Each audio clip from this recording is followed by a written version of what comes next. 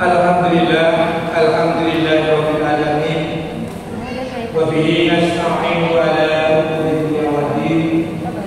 Wa sallallahu ala sayyidina wa ala Muhammadin wa ala alihi wa sahbihi ajmain. Amin.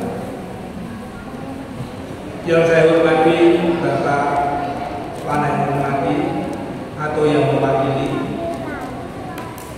yang saya hormati dari Polsek Madi atau yang mewakili, yang saya hormati dari Bapak Lurah Sidoarjo atau yang mewakili, dan juga yang saya hormati dari Takmir Masjid dan juga pengurus, yang saya hormati pula dari Bapak RT RW tokoh masyarakat di Purwosari, dan yang saya hormati pula dari Bapak Ibu yang hadir pengajian atau kajian pada sore hari ini, dan juga yang terhormat Bapak Ustadz Dr. Firanda Adirja LCMK yang nantinya menunggu atas usianya atau kajiannya pada sore hari ini. Yang pertama-tama, marilah kita senantiasa memanjatkan puji syukur kehadirat Allah Subhanahu wa Ta'ala, yang mana pada sore hari ini alhamdulillahirabbil alamin bahwa kita semua masih diberi rahmat, hidayah, inayah dan juga kesehatan, sehingga kita semua masih diperkenankan yaitu bertemu di rumah Allah, yaitu di Masjid Al-Hidayah Purwosari pada sore hari ini.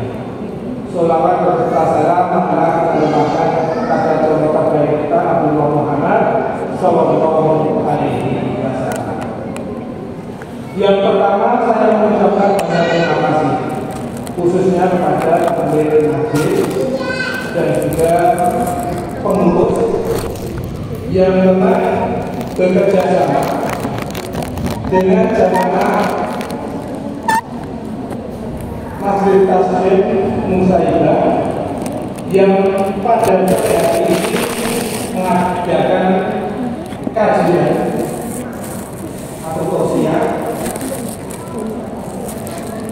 pada sore hari ini, yang telah didukung oleh para tokoh masyarakat di Purwosari kali ini. Dan juga saya mengucapkan sangat-sangat bangga khususnya kepada rekan masjid dan khususnya dari pengurus Masjid Taslim Musaidah. Saya benar mengingat bahwasanya di Masjid Al-Hidayah ini informasi dari pengurus bahwasanya nanti akan hadir jamaah ini sekitar 1.000. Saya sangat terkejut dan saya kagum. Karena apa? Bahwa masjid ini muatnya sekitar 700-an. Apakah muat? Saya tidak bisa mengatakan muat. Insya Allah nanti bagaimana caranya? Ya kita nanti di tempat serambi sama di halaman. Alhamdulillah dari panitia sudah menyediakan dipasang tenda untuk nanti jamaah. Mudah-mudahan nanti 1.000 lebih bisa memuat. Alhamdulillah.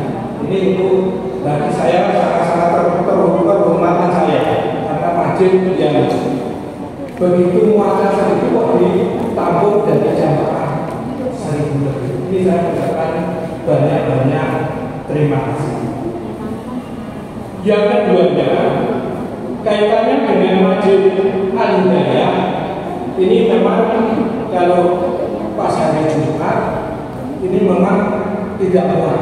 Satu tidak muat karena banyaknya jamaah, sehingga banyak yang disambi. Kalau nggak hujan mungkin tidak jadi masalah, tapi kalau hujan jadi permasalahannya dari jamaah itu kasihan. Sehingga dari Takmir itu punya program menghubungi kepada selatan yang punya tanah kosong sama yang tanah, sehingga sangat-sangat lama ya, dan lama dihubungi katanya nggak dijual. Tapi kemarin akhir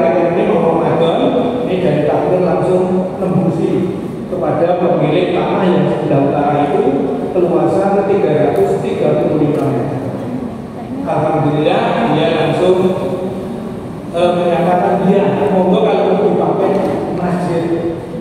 Ya pakai masjid otomatis ya nggak pakai top ya, pakai harus diberi. Nah otomatis karena ini tempat yang sudah melakukan tempat pakai untuk tempat untuk kegiatan hari korban, ya maka dari sana langsung saja harganya berapapun sesuai dengan masalah yang ada di Purwosari. Sehingga tadi disampaikan oleh Pak Menajib bahwasanya harganya 5,3. Jadi Ibu Suri, langsung saja kepada beliau, waktu dan tempat kami persilahkan.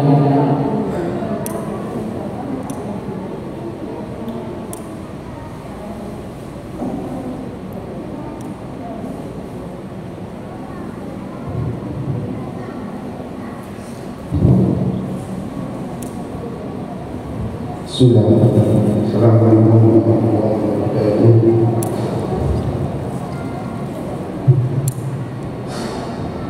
A'udzu billahi minasy syaithanir rajim. Bismillahirrahmanirrahim. Wa in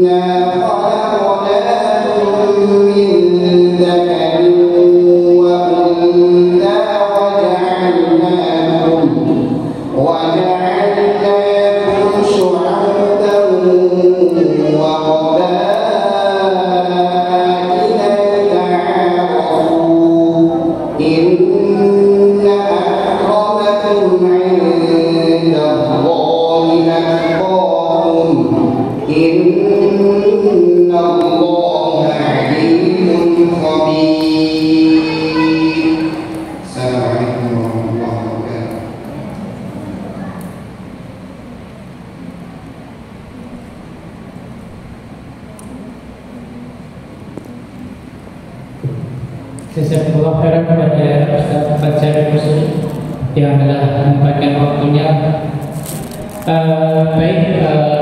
Sambil menunggu Ustaz Adin, tadi update terakhir kurang lebih 20 menit yang lalu masih di Ring Road Selatan. Insya Allah nanti kurang lebih 5 menit sudah sampai di sini. Mudah-mudahan tidak macet. Seperti tambahan, tadi sampaikan oleh Bapak Kepala Takmir bahwa akan ada progres untuk pembebasan tanah, yaitu pembebasan tanah sebelah utara ini yang membuat karya partai Bapak. Ini sebetulnya Pak Ustaz Dr. Firanda Adirja MA, waktu dan tempat kami persilahkan.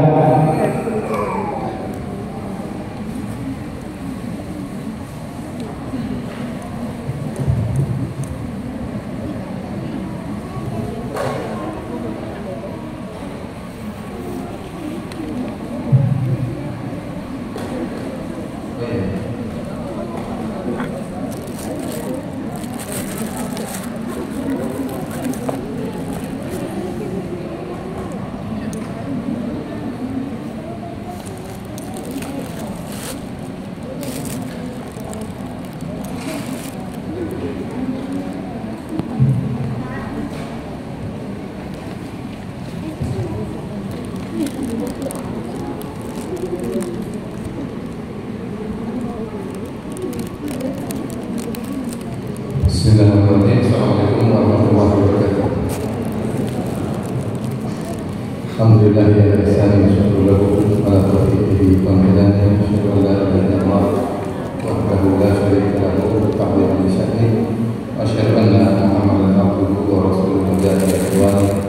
Allahumma shalli alaihi wa ala alihi wa ashabihi wa ikhwanihi.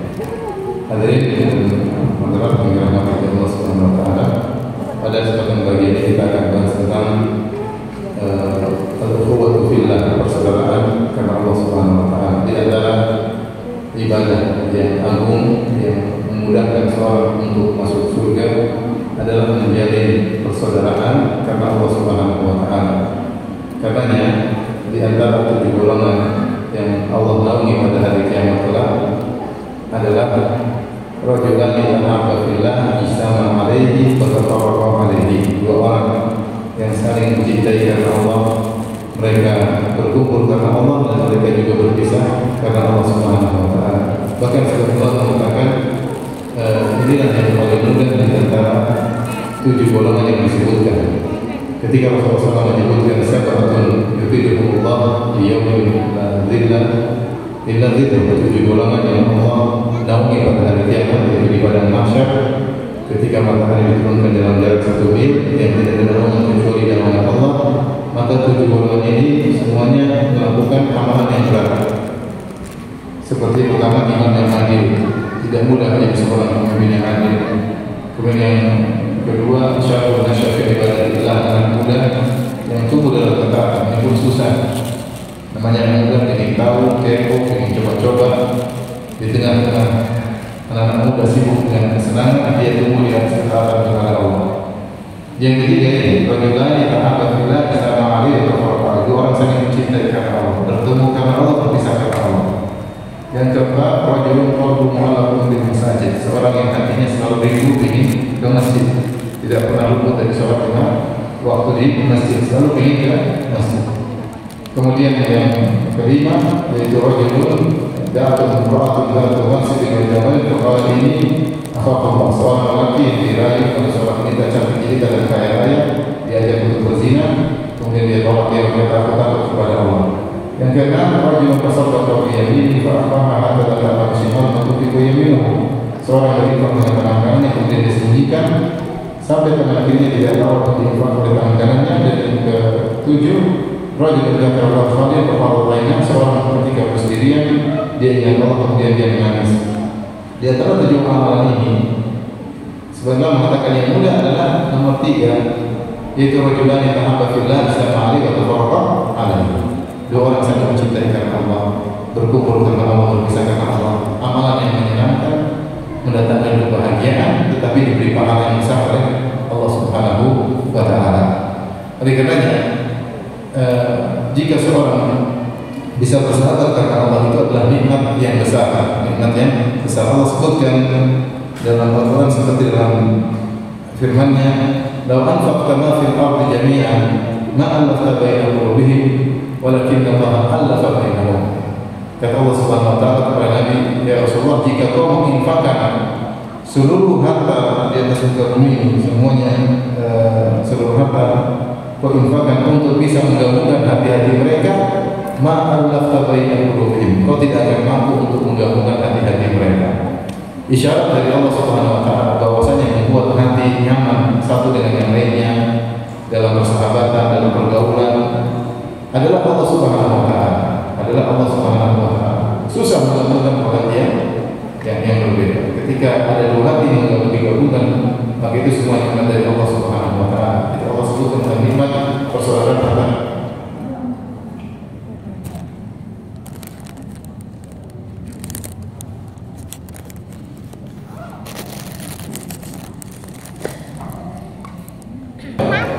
Bisa bersahabat kepada Allah, keserasian hati adalah nikmat dari Allah Subhanahu wa taala. Karena Allah berkata kepada Nabi Muhammad, "Law anfaqta ma fil ardi jami'an ma allafta baina qulubihim." Kalau kau menginfakkan harta sepenuh bumi ini untuk menggabungkan hati mereka antara kaum Muhajirin dan kaum Ansar, antara kaum Ansar sendiri yang saling bermusuhan sendiri, sebuah kaum Al-Khazraj, kau tidak bakalan mampu ya Rasulullah. Walakin Allah alafa bainahum, tapi Allah yang menggabungkan hati-hati mereka. Allah sebutkan dia kepada yang lain, "Wadhkuru ni'matallahi 'alaikum id kuntum a'da'an fa'alafa baina qulubikum fa'asbahtum bi ni'matihi ikhwana." Dan ingatlah nikmat yang Allah berikan kepada kalian. Id kuntum a'da'an, kalian dulu bermusuh-musuhan, suku Al-Aws dan suku Al-Khazraj yang tinggal di Madinah, mereka perang saudara, disebutkan sampai 130 tahun perang saudara, saling bunuh-bunuhan di antara mereka. Kemudian kata Rasulullah SAW, "Fa'asbahtum fa'alafa baina qulubikum fa'asbahtum bi ni'matihi ikhwana." Lalu Allah gabungkan hati-hati kalian, jadilah kalian bersaudara. Ini menunjukkan bahwasanya persaudaraan, persahabatan karena Allah adalah nikmat. Hanya mengatakan fa'asbahtum bi ni'matihi, maka jadilah kalian dengan nikmat Allah, kalian menjadi saling bersaudara. Dan konsekuensi dari saling beriman kepada Allah Subhanahu wa taala hendaknya menjadi saling bersaudara. Allah berfirman, "Innamal mu'minuna ikhwah." Sungguhnya orang-orang beriman hendaknya saling bersaudara. Baik, begitu indahnya persaudaraan sampai kenikmatan persaudaraan bukan cuma dirasakan di dunia, namun kita bersahabat menyenangkan. Ini ibadah yang menyenangkan, bertemu, kumpul bareng, kerjasama dalam dakwah, kerjasama dalam ketaatan, mungkin umrah bersama, mungkin haji bersama, mungkin mengerjakan kegiatan sosial bersama, duduk di majelis bersama, ya. Saling kunjungan kepada Allah Subhanahu wa taala. Maka ini kenikmatan yang dirasakan ketika di dunia. Ternyata kenikmatan bersaudara karena Allah bukan cuma dibatasi di dunia, sampai di akhirat. Makanya Allah sebutkan di antara kenikmatan surga adalah persahabatan. Kata Allah Subhanahu wa taala, "Ikhwanan ala sururin mutaqabilin." Ikhwanan ala sururin mutaqabilin. Allah sebutkan di antara kegiatan penghuni surga, mereka bersaudara ikhwanan ala sururin, di atas dipan-dipan, mutaqabilin, saling berhadapan-hadapan. Yaitu mereka bercengkrama di antara mereka dengan semangat, dengan menyenangkan, sehingga mereka saling berhadapan-hadapan kata Allah. Tidak seperti kalau hubungan hati kurang nyaman. Kalau hubungan hati kurang nyaman, kita ngobrol mungkin tidak saling melihat, mungkin ngobrol satu sambil main HP, satunya tidak diperhatikan, mungkin kurang didengar, atau satu ngomong kemudian dicuekin. Tapi ketika hati sudah saling bersatu, berbicara saling semangat, saling berhadapan, itulah gambaran persaudaraan di surga. Kata Allah, "Ikhwanan ala sururin mutaqabilin." Mereka saling bersaudara di atas dipan-dipan, saling berhadapan, jadi semangat.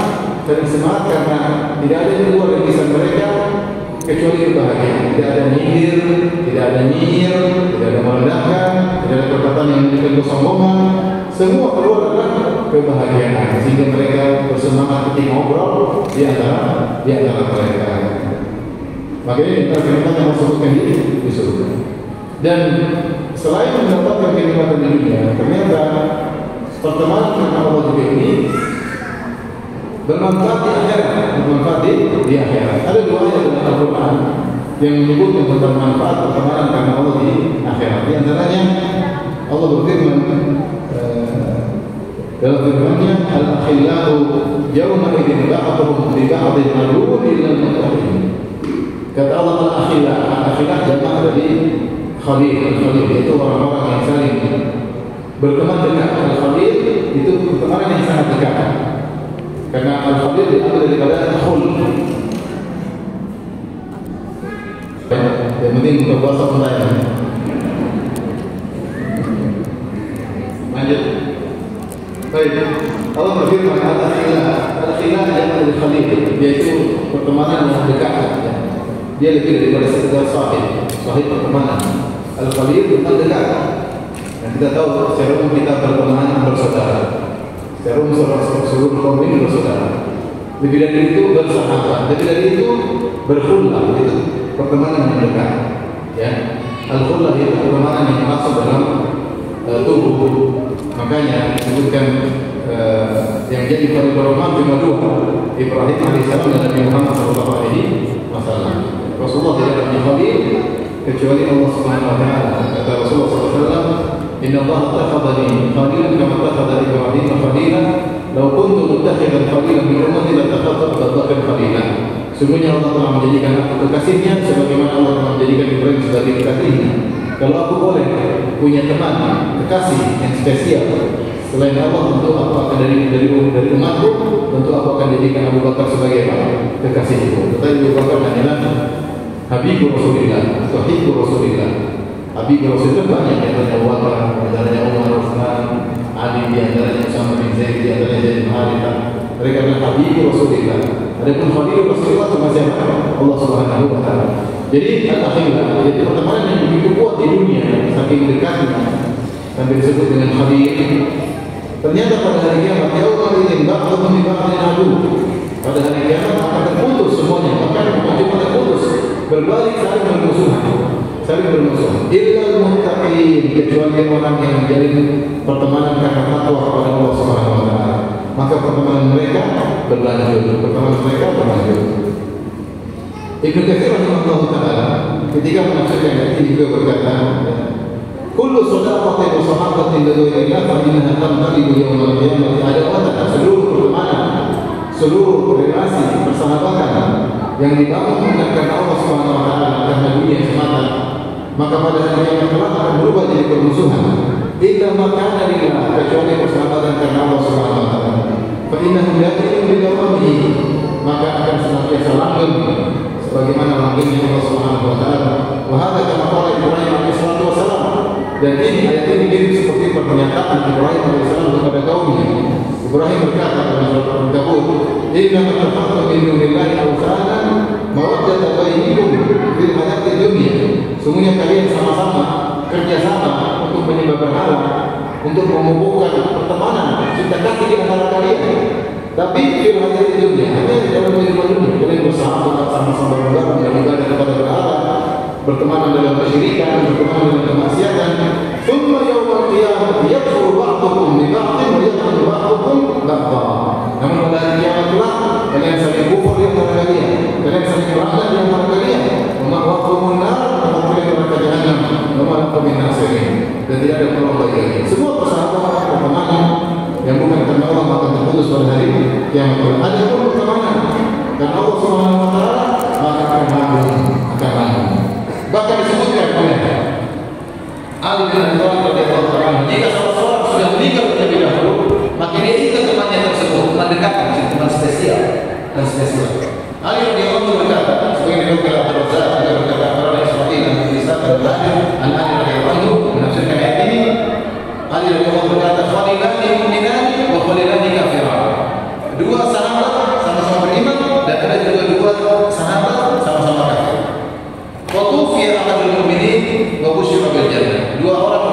kemudian yang satu meninggal terlebih dahulu.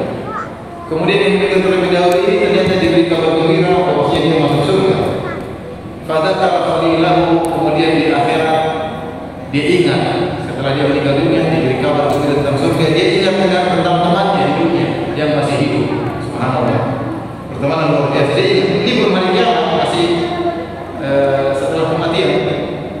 Maka dia berkata, Allahumma, dia minta kepada Allah, Allahumma inna fulana khalili kana ya'muruni bi ta'atika wa ta'ati rasulika wa ya'muruni bil khairi wa yanhani 'anil syarr.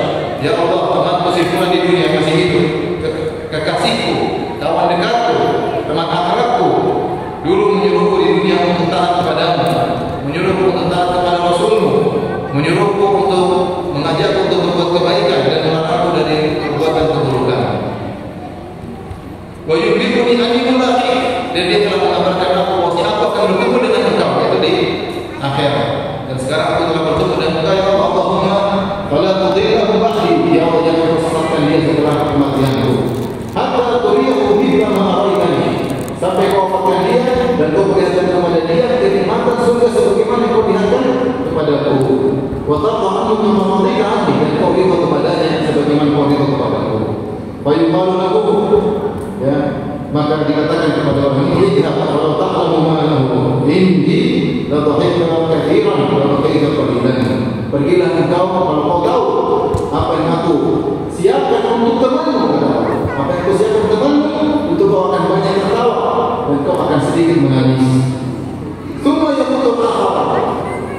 Akhirnya yang teman satunya meninggal. Fatajtami'u arwahuhuma, maka berkumpullah mereka berdua, ya. Nikmat, maka kemudian mereka berdua saling bertemu dan mereka berkata, nikmat wa ni'mas sahib wa ni'mal khalil. Sungguh ini adalah temanku yang terbaik, sahabatku yang terbaik, saudaraku yang terbaik. Bermanfaat atau tidak? Bermanfaat. Pertemanan. Adapun yang sebaliknya, kalau pertemanan orang kafir, maka dia akan meminta kepada Allah untuk, ya, menghukum temannya yang telah menyesatkannya. Baik,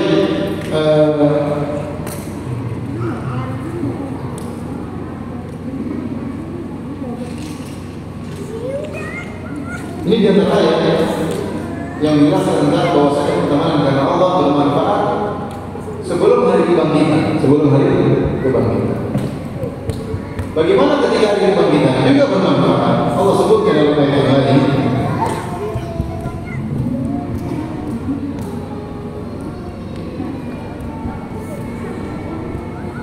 Dalam surat Asy-Syu'ara ayat 101, dalam Syu'ara ayat 101.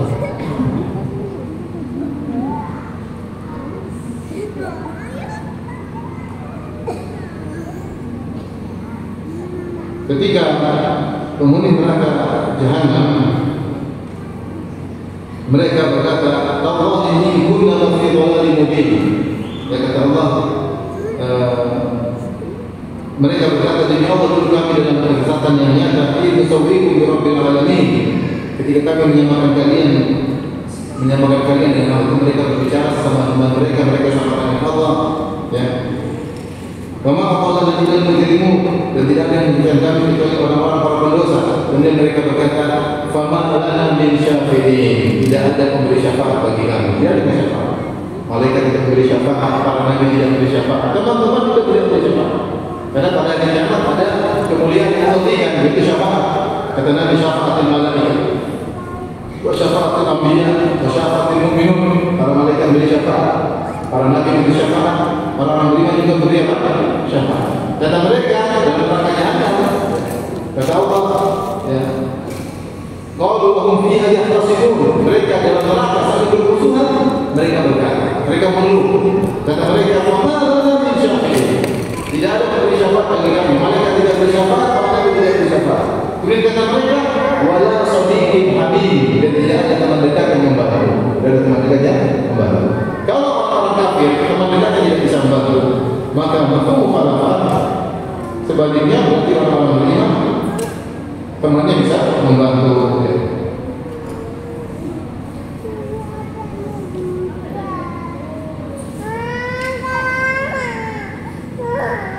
Makanya berkata Al-Hasan terkait dengan ayat ini mengikuti oleh Al-Baghawi. Al-Hasan berkata, "Istaghfiru min al-asdiqa'il mu'minin fa inna lahum syafa'atan yaumil qiyamah." Perbanyaklah teman-teman beriman, teman-teman yang beriman. Sungguhnya mereka bisa beri syafaat pada hari kiamat. Mereka bisa beri syafaat pada hari kiamat. Dan dari kata hari banyak. Seperti dalam hadis, ketika orang-orang sudah melewati sirat, kemudian masuk surga, maka mereka meminta kepada Allah Subhanahu Wa Taala. Mereka berkata, Ya Rabb kami sesungguhnya kita punya teman-teman, kami yang berjuna mana, yusalluna ma'ana, yusalluna ma'ana. Dulu kita punya teman-teman yang Allah, mereka puasa bareng kami, sholat bareng kami, dan mereka berhaji sama kami, satu travel. Ternyata di neraka, Maka mereka minta ya Allah izinkan kami untuk beri syafaat kepada mereka. Mereka minta terus sampai akhirnya Allah izinkan dan Allah keluarkan iman ta'rifun, keluarkan orang-orang yang kalian kenal. Akhirnya mereka diizinkan oleh Allah untuk mengeluarkan sebagian orang teman-teman mereka yang masuk neraka untuk dikeluarkan untuk masuk ke surga. Oleh karenanya pertemanan dengan Allah Subhanahu Wa Taala bukan hanya menguntungkan di dunia saja, tetapi juga menguntungkan di alam berikutnya dan juga di hari akhirat kelak. Di akhirat kelak.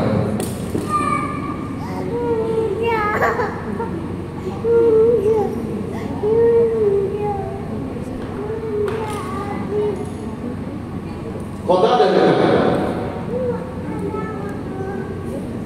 Ya'lamun wallahi anna as-sadiq idza kana salihan nafa'a. Orang-orang kafir ketika di neraka berkata, "Fama lana min syafi'in wa sadiqin hamid."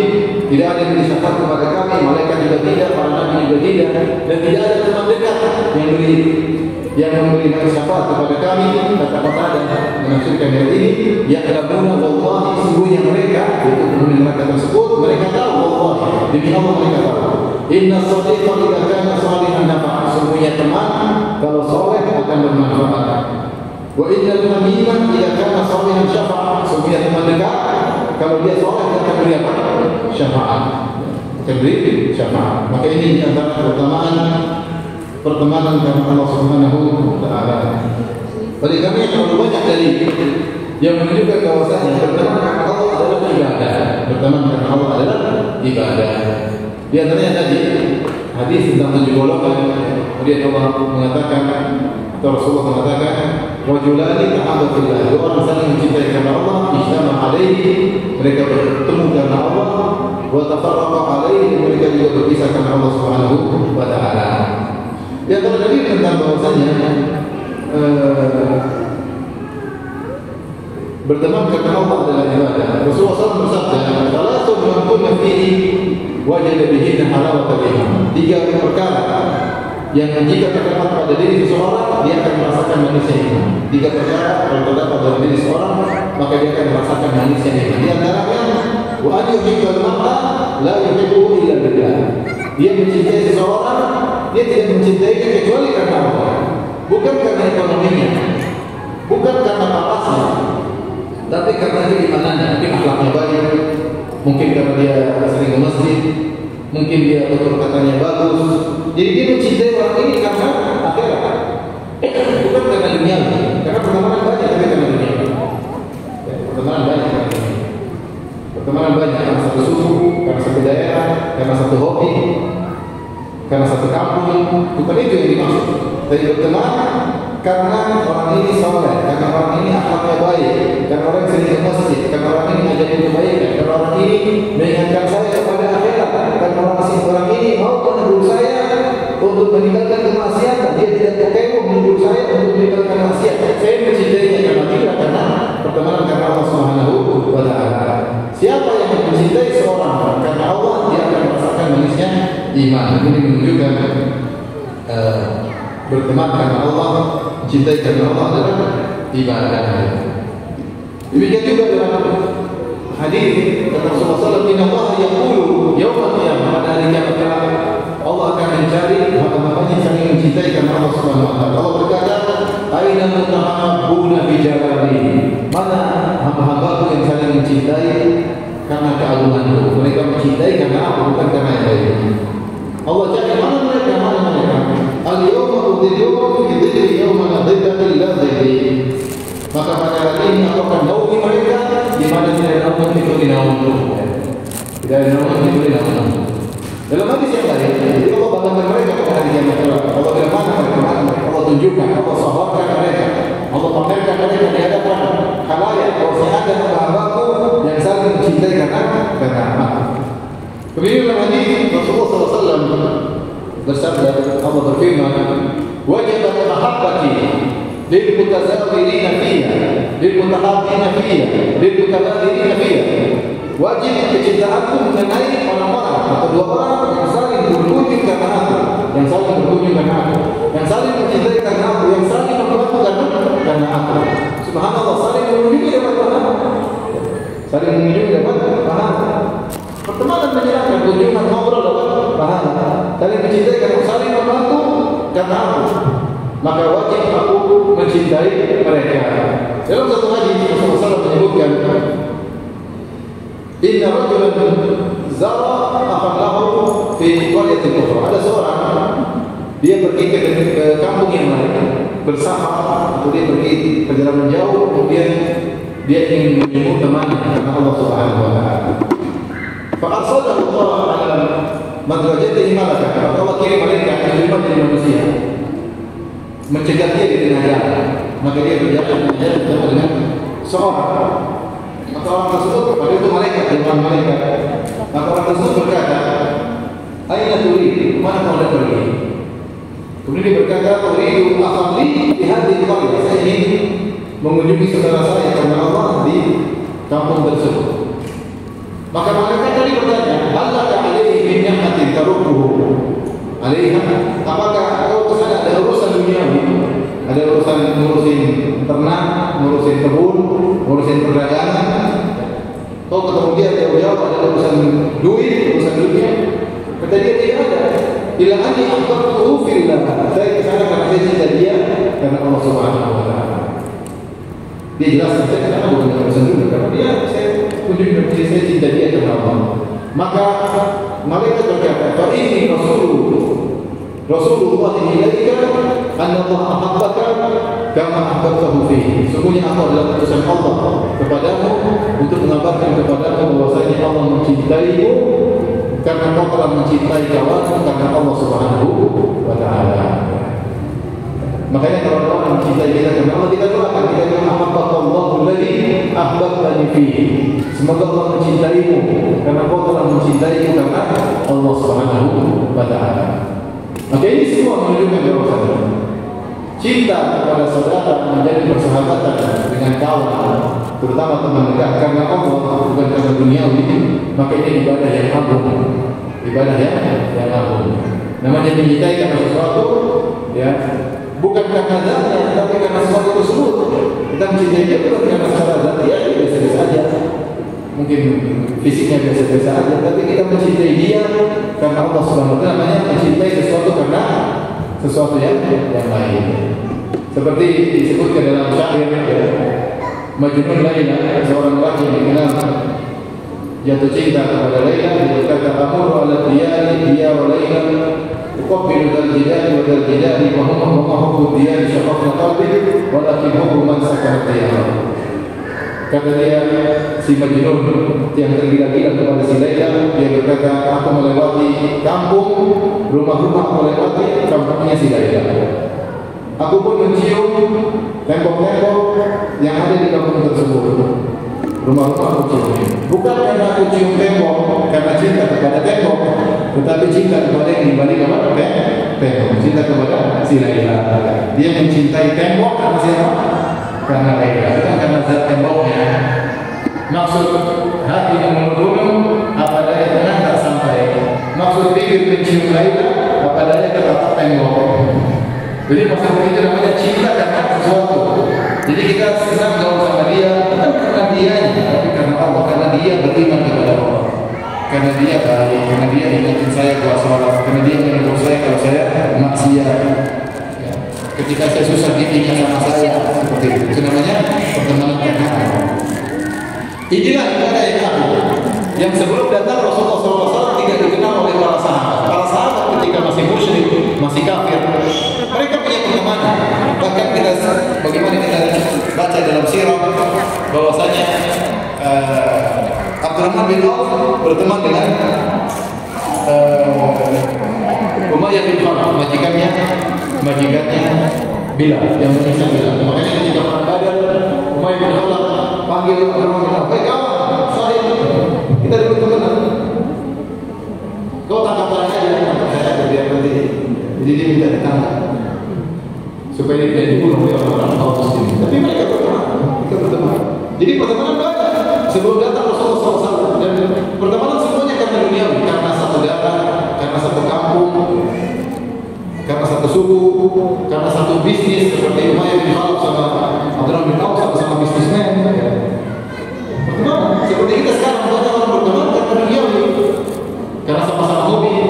Misalnya pertemanan karena sama-sama bisnis, pertemanan karena sama-sama tinggal di Jogja, pertemanan karena sama-sama alumni universitas tertentu. Ini semua pertemanan karena dunia. Pertemanan karena kita sama-sama satu lembar, pertemanan karena kita sama-sama satu suku, sama-sama satu kabilah, pertemanan karena sama-sama hobi main bola, sama-sama hobi main motor. Itu kan semua pertemanan.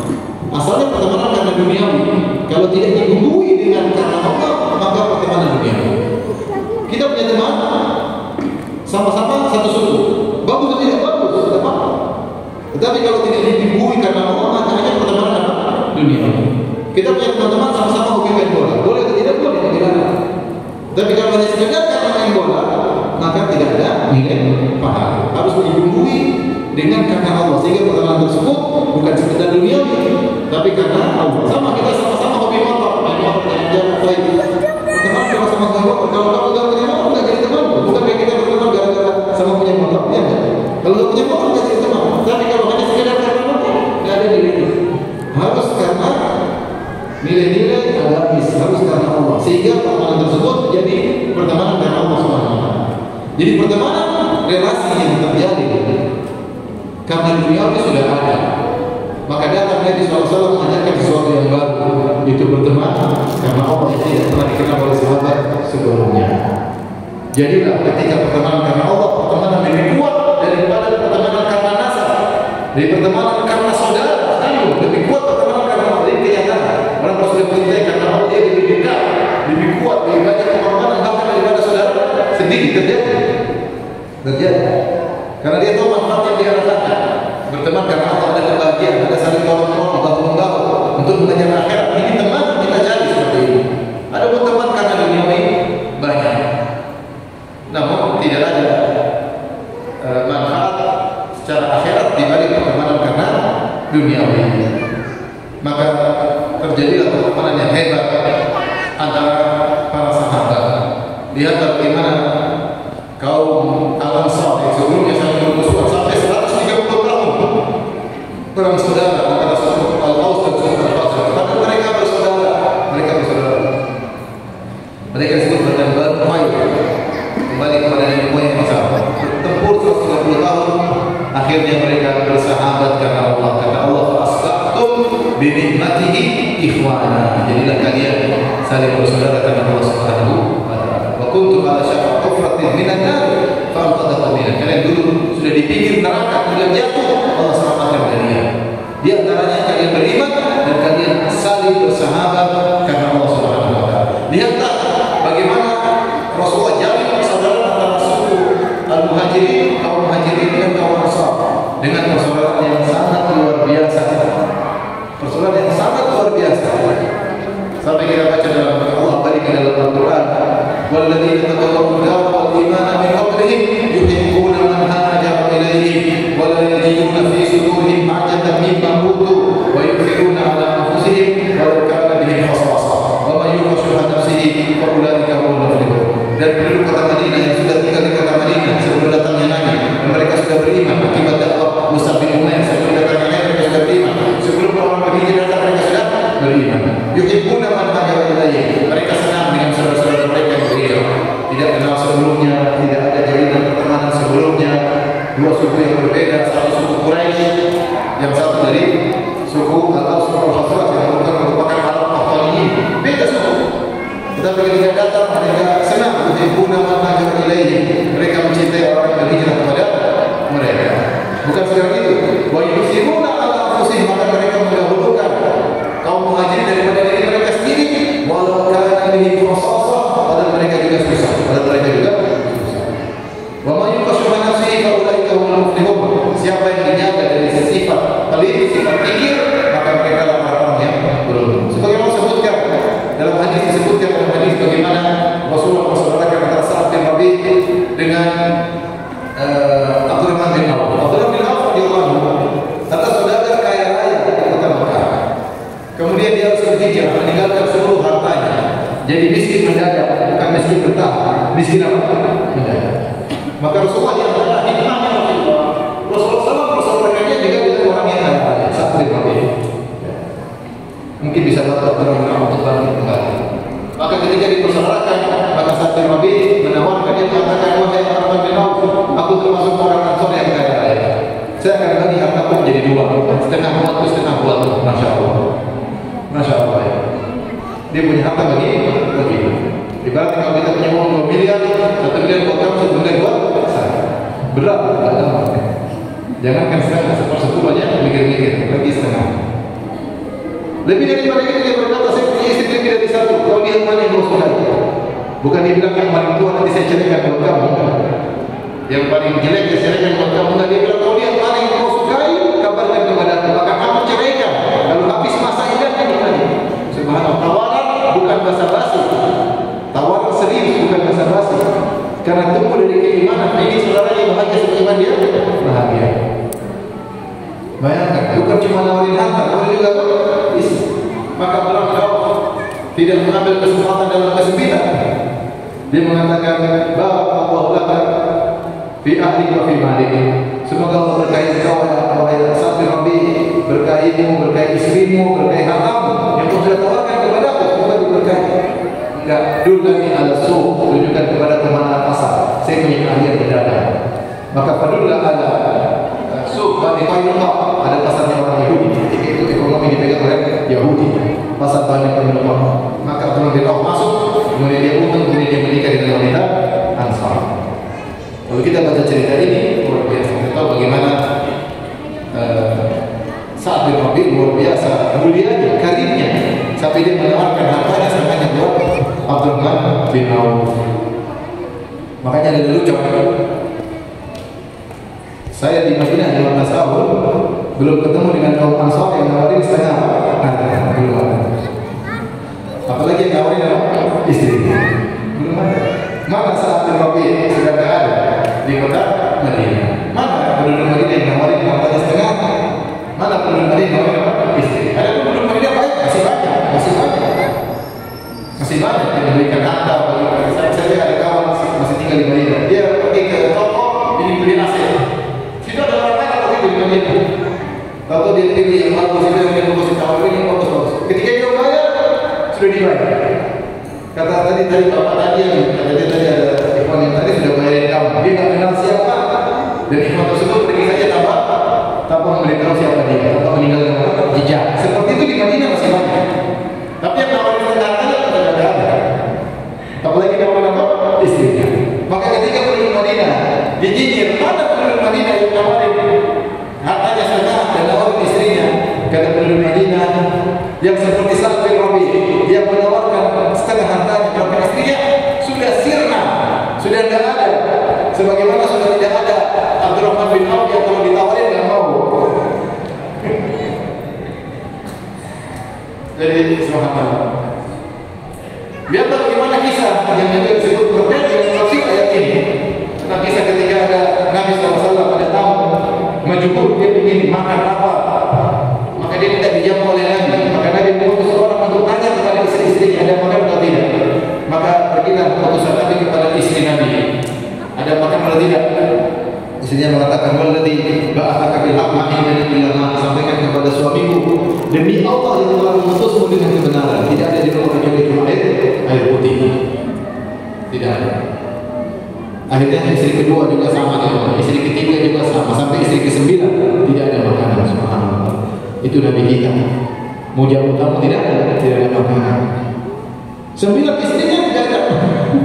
makanan. Di rumah semua cuma air putih. Tapi makanya ibu bersyukur, di rumah masih ada Indomie, bersyukur. Ini cuma air putih. Akhirnya Rasulullah tidak bisa jamu. Kata Rasulullah, dia Rasulullah, siapa yang bisa menjamu kamu? Maka kemudian satu orang berkata, saya Rasulullah. Dia dengan pedenya bawa tamu tersebut ke rumahnya, ternyata istrinya juga ada makanan. Dia tanya, istriku ada makanan enggak? Kata istrinya, buat kamu enggak ada, buat saya tidak ada. Cuma ada buat anak-anak. Kata suaminya, sudah kalau gitu anak-anak jangan kasih makan. Ajak main sampai ngantuk terus tidur. Kalau sudah tidur, itu makanan buat tamu kita. Ini tamunya Nabi. Kemudian jangan lupa kau pura-pura perbaiki lampu terus matiin. Akhirnya benar dia nurut. Dia bilang, biar ada aja. Biar memang saya aja belum makan, bikinin teman dan bikinin saya. Itu kalau wanita, sebagian wanita zaman now, tidak semuanya, banyak wanita soleh Rasulullah. Banyak relatif. Tapi maka sang wanita nurut, maka dia rayu anaknya, ditidurin, kemudian makannya disiapin karena cuma buat satu orang. Maka mereka tidak bisa makan banyak. Supaya tamunya tidak malu dan tidak suka makan banyak, maka lampu harus dimatikan. Karena kalau dihidangkan terus suami istri tidak pun makan, tamunya nggak enak nanti. Saya cuma makan sendiri nih. Akhirnya dia nggak nyaman ketika makan. Supaya dia nyaman makan, tamunya dimatiin. Maka istrinya pura-pura perbaiki lampu, kemudian dimatiin. Katanya akhirnya apa lampu lagi mati, silakan makan. Terus dia duduk situ pura-pura bunyi-bunyi. Pura-pura ikut makan, padahal nggak makan. Subhanallah. Mereka juga lapar, tapi mereka mulai apa? Sampai besoknya Rasulullah panggil dia. Rasulullah mengatakan, aja Allah min sani'ikuma bidhaifikuma al-bariyah. Kata Nabi SAW. Kata Nabi, Allah takjub dengan sikap kalian berdua terhadap tamu kalian semalam. Luar biasa. Turunlah firman Allah, wa yusiruna ala anfusihim walau kana bihim khasasah. Mereka menyuruhkan saudara mereka pada mereka sendiri dalam kondisi lapar, kondisi butuh. Ini persaudaraan yang muncul karena Allah memberi efek dampak yang luar biasa, berkorban karena Allah Subhanahu wa taala, sebagaimana dicontohkan oleh kaum Ansar dengan kaum Muhajirin, Yang disebutkan ketika suatu peperangan, tiga sahabat terkapar. Terkapar, maka salah satu kehausan, dia haus. Ketika mau dikasih minum, dia dengar temannya kehausan, air. Maka dia bilang, tolong kasih teman saya. Dia lebih membutuhkan daripada saya. Akhirnya yang membawa air pindah ke teman satunya. Ketika dia minum, dia dengar teman satunya lagi juga terluka parah. Mengatakan aku ingin air, maka dia ditarik lihat saudaranya. Dia berkata, temanku lebih butuh air, berikan kepada. Bayangkan, Isa ketika akan meninggal dunia, terluka parah dalam peperangan, dia haus, dia mendengar temannya haus, dia bilang kasih temanku dulu. Akhirnya yang tadi yang pertama bilang kasihkan temanku, dikasih temannya, dia meninggal. Akhirnya dibawa kepada satunya bilang kasih kepada temanku. Dibawa ke satunya lagi, dia bilang kasihkan kepada teman yang pertama, tidak salah, atau belum meninggal, kasihkan yang teman pertama. Intinya tiga-tiganya meninggal dan tidak minum, semuanya karena ihak, karena mendahulukan yang lainnya. Inilah dampak efek berteman karena Allah Subhanahu wa taala, mencintai karena Allah Subhanahu wa taala. Jadi ada hal-hal yang perlu kita perhatikan dalam berteman dengan Allah Subhanahu wa taala, karena dia adalah ibadah yang sangat agung. Yang pertama, kalau kita berteman karena Allah, niat kita perbaiki, jangan kita munafik. Tunjukkan kepada teman seakan-akan karena Allah, ternyata ada udang di balik rangkaian. Kita pengen cari dunia dari dia. Kita tunjukkan kita ikhlas dulu, ternyata ada dunia. Kita berteman kalau dia kasih dunia, kasih aja, ada masalah. Tapi jangan kita menampakkan seakan-akan karena Allah, ternyata di balik itu kita karena duniawi. Kita telah berkhianat kepada dia, tidak boleh. Kalau kita tidak berteman, karena Allah. Kita dekat karena orang ini baik, karena dia punya jasa terhadap dakwah, karena orang ini berakhlak mulia, karena orang ini pemaaf, karena dia akhlaknya mulia, karena dia ramah, karena dia suka ke masjid, karena dia punya andil dalam dakwah, maka kita berteman dengan dia dan kita menghargai dia sebagai seorang yang punya andil dalam dakwah, bukan karena dunia. Jangan kita munafik menunjukkan kita ikhlas ternyata karena dunia. Dan ini harus kita pertahankan. kepada Allah Subhanahu wa taala. Kemudian namanya berteman, apalagi sahabat khusus karena Allah. Tentu ada kelaziman. Ngomong Bapak jam berapa? Jam berapa kita berhenti? Berapa menit lagi? Hah? Sekarang ini? Jadi berhenti sekarang? Dipaksa berhenti? Ya sudah. Saya bisa berhenti membuat pertanyaan saya. Ini sudah ada beberapa pertanyaan yang sudah masuk, Ustaz. Coba kami bacakan. Bismillah. Assalamualaikum Ustaz. Apa Ustaz mau bertanya, ketika di akhirat nanti seseorang bisa menuntut orang lain atau temannya karena disebabkan di dunia orang itu sudah menyakiti hatinya. Tapi jika orang itu sudah berusaha untuk menghubungi, untuk meminta maaf, tapi karena jarak dan tidak ada kontak yang bisa dihubungi untuk memohon maaf, apakah teman yang sudah disakiti itu, mohon maaf saya misalnya nggak paham. Pada intinya bagaimana sebenarnya saya bisa. Makanya dia cari masalah sama orang. Dia cari masalah sama orang. Hukum asal kalau kita bermaksiat kepada Allah, hukum asal Allah memaafkan. Apa susahnya Allah? Tapi hukum asal kalau orang punya masalah sama orang lain, hukum asal dia nuntut. Hukum asal dia nuntut. Makanya dalam tafsir dalam Al-Quran ya, dalam surat Fatir disebutkan bahwasanya pada hari kiamat kelak seorang ibu akan datang kepada anaknya, dia minta tolong. Wahai anakku, bukankah kau dulu dalam perutku janin? Katanya benar ibunda. Bukankah dadaku yang menjadi air minuman bagimu, makanan asupan gizi bagimu? Kata dia benar ibunda. Bukankah pangkuanku adalah kasurmu dulu? Kata dia benar ya ibunda. Bisakah saya minta satu pertolongan? Kata anaknya silakan. Saya punya satu dosa saja, bolehkah kau pikul? Kata dia maaf ibunda. Saya juga takut kepada Allah Subhanahu wa taala. Dia tidak peduli dengan ibunya. Ibunya bilang, wahai anakku, bukankah kata sang anak, ilaiki an, tinggalkan aku wahai ibunda. Dia tidak mau ketemu dengan ibunya. Jadi seorang semua sibuk dengan dirinya. Kalau bisa ambil kebaikan dari orang, dia akan ambil. Kalau dia bisa ambil kebaikan, dia akan ambil dari temannya, dari suaminya, dia akan ambil. Kalau dia bisa ambil kebaikan dari istrinya, dia akan ambil. Semua orang ketakutan. Ini anak pikul dosa satu ibunya, dia tidak mau. Dia juga sibuk. Makanya di antara tafsir dengan Allah Subhanahu wa taala, yauma yafirru al-mar'u min akhihi wa ummihi wa abihi wa sahibatihi wa banihi likulli imri'in minhum yawma idzin sha'nu yughni. Setiap orang akan kabur. Hari itu akan kabur dari temannya, dari saudaranya, dari temannya, dari orang tuanya, dari anak-anaknya dan istrinya. Sebagian tafsir mengatakan apa? Dia tidak mau dituntut. Karena dia tahu ketika di dunia dia kurang menunaikan hak suaminya, dia kurang menunaikan hak ibunya, dia kurang menunaikan hak ayahnya, dia kurang menunaikan hak anaknya, dia kurang menunaikan hak istrinya, dia kurang menunaikan hak saudaranya. Maka dia kabur, dia pilih dengan mereka. Kalau kabur pasti mereka nuntut. Saya tidak bicara teman, saya bicara tentang istri suami. Istri aja akan nuntut suami, suami akan nuntut istri. Mana sih kalau bisa tahu kirim sama saya? Kamu tak bersama mau pikul. Apalagi masih tidak teman. Istri saja dituntut, suami saja dituntut, ibu saja dia tuntut, anak saja dia tuntut, apalagi sekedar teman. Oleh karena kalau seorang hidup ini jangan cari masalah sama orang lain. Kalau punya masalah segera minta maaf. Kalau minta maaf harus merendah. Jangan minta maaf kemudian sombong. Sudah minta maaf masih sombong kan? Bilang ya ukti, kalau saya punya salah sama kamu maafin. Bilang saya salah, bukan kalau saya punya salah. Sekarang kan masih ada kemungkinan tidak bersalah. Bilang saya salah sama kamu, saya kemarin menyakitimu, maafkan. Jangan sudah minta maaf masih sombong. Dan jangan minta maaf nunggu lebaran, nunggu puasa. Kapan saya punya dosa salah segera minta maaf. Karena kalau dia tidak maafkan, dosanya di akhirat. Kata Nabi, Allah sampai satu tambahan itu juga dituntut oleh orang yang pada hari kiamat kelak. Harta meskipun satu sifat akan dia tuntut pada hari kiamat kelak. Harga diri, ketika harga diri kalau dijatuhkan, dia juga tidak. Ya, dia sebarkan hoax isu yang tidak tentang kawannya, ternyata tidak benar, dia akan dituntut pada hari kiamat kelak.